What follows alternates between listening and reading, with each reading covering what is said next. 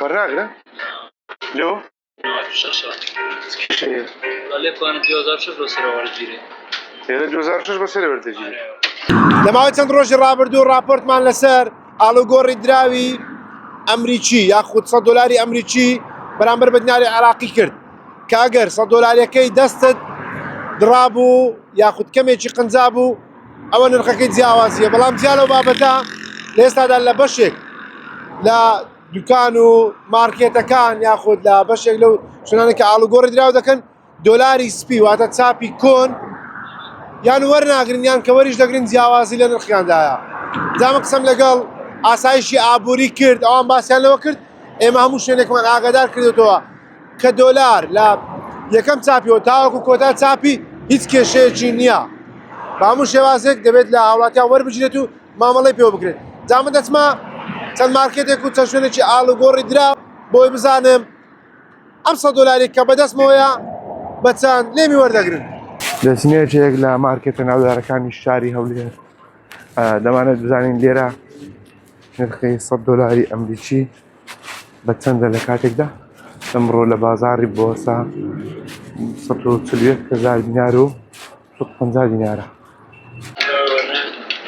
وەرناگرن؟ لۆ؟ لێکوانە 2006 بەسەرەوە وەرگیرێ. ئێرە 2006 بەسەرە وەردەگیرێ. مۆدیلیان بە چییە؟ ئەوەی وەرناگیرێ 2003 ئەم جارە دەچێت دوکانێکی ئاڵوگۆڕی دراو بەڵام لە نێو گەڕەکەکاندایە بزانین ئەوان بە نرخی چەند دۆلاری 1990 چەندی فەرقە؟ 50,000 فەرقە. یعنی چەند دینار دەکات بە مەجموع؟ يعني 13,945,000 وردقي وكمتر وردقي 50,000 فرق. ئاڵوگۆڕی دراو لە شەقامی ئیسکان 30,000 بوو لێرە 50,000 ینی 25,000 30,000 50,000 باش. هیچ کێشەی سعر باشە لێ زۆرم پێبی؟ چەندم پێبی یعنی دەفتەرێکم پێ؟ دەفتەرێکم پێبی تقریبا 300 دینار لۆ؟ فرق بين الشكل معملية من مشكلة. صعب سبيل بازار بازار ورقة دو ورقة كل مشكلة. مشكلة دروز نافع. باشا كو لود أو يتكسر يعني فرق. خلق ورناغري. خلق ورناغري. أما المشكلة يوم وردقي. باش خاطرني باريس. بزحمة $100 وردقرنا وا؟ بسيارة. أو زباب بسيارة اللي بكم. الدراع جيب سعرها. بس دراع. طيب أما نوت شاشة وردقي إذا دينا نشتري في مشكلة هنا. والله نوت شاشة. لو؟ ها؟ الصرافة لا ولا الصرافة لا نسيك. أنقول ناقرن؟ لا والله. لو؟ ها؟ لو؟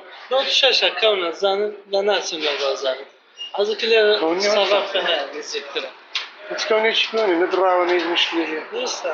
لا الصرافة باشتري الصرافة باشتري. باش قربان دەست خۆش.